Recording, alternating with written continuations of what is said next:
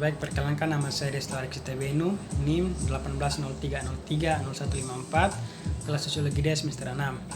Berikut saya akan membahas tentang review buku tugas MPS kualitatif, yaitu tentang perwujudan secara kualitatif.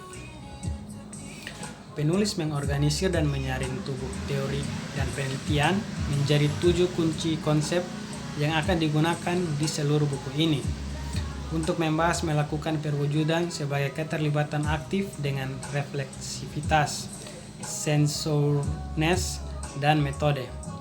Penulis meletakkan konsep di sini terlebih dahulu untuk menghindari redundansi yang berlebihan nanti dan untuk mengatur panggung untuk diskusi pengumpulan data, analisis, dan representasi, melakukan tubuh, sensorium, pengetahuan yang diwujudkan, jaringan lengket budaya, dan intersubjektivitas.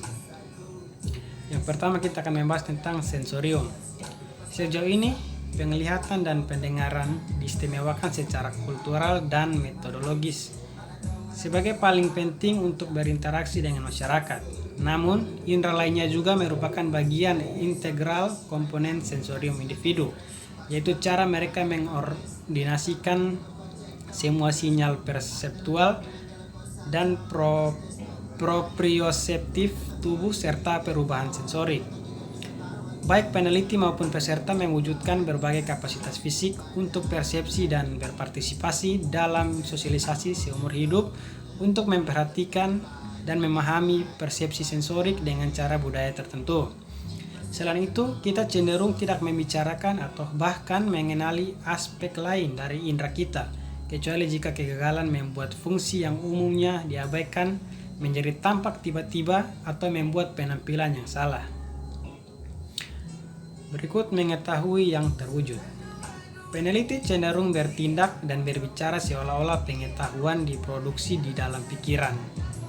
Artinya, tubuh peneliti biasanya dianggap sebagai instrumen sensorik pengumpulan data, yang kemudian dirasionalisasi dan diberi makna sebagai pengetahuan oleh pikiran.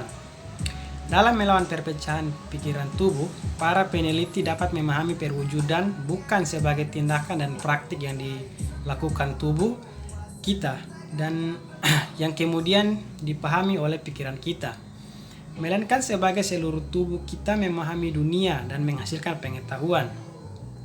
Badan adalah sistem yang kompleks yang termaksud otak dan sistem saraf pusat, tetapi diinterpretasikan hanya oleh mereka. Sebaliknya, mengetahui adalah proses jasmani yang diikat ontologi kita atau cara berada di dalam dunia, seperti bahwa kesadaran selalu ada, hanya diwujudkan, diintegrasikan secara holistik ke dalamnya subjek yang diringkas. Berikut jaringan budaya yang lengket. Mengikuti pendekatan poststrukturalis untuk perwujudan, budaya bukan hanya konteks tubuh yang membentuk persepsi tubuh terhadap masukan sensorik.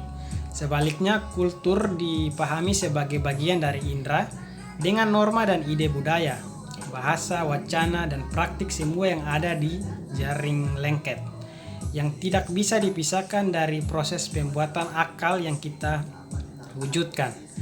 Demikianlah tubuh itu sendiri, keduanya membentuk dan dibentuk oleh masyarakat dengan cara yang rumit dan tidak dapat diakses oleh seorang tubuh dalam bentuk murni.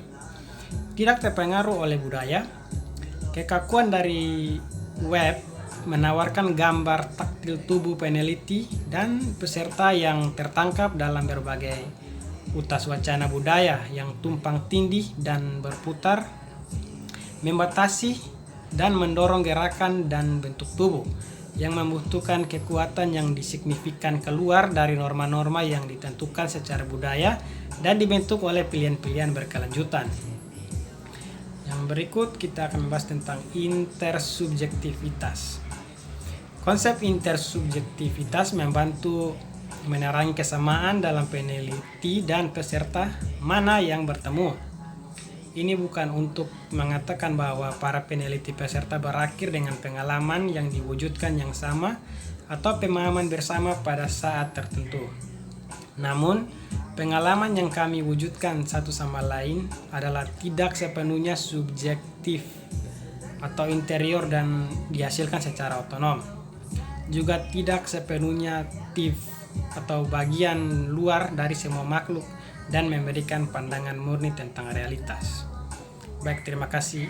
Demikian video dari saya.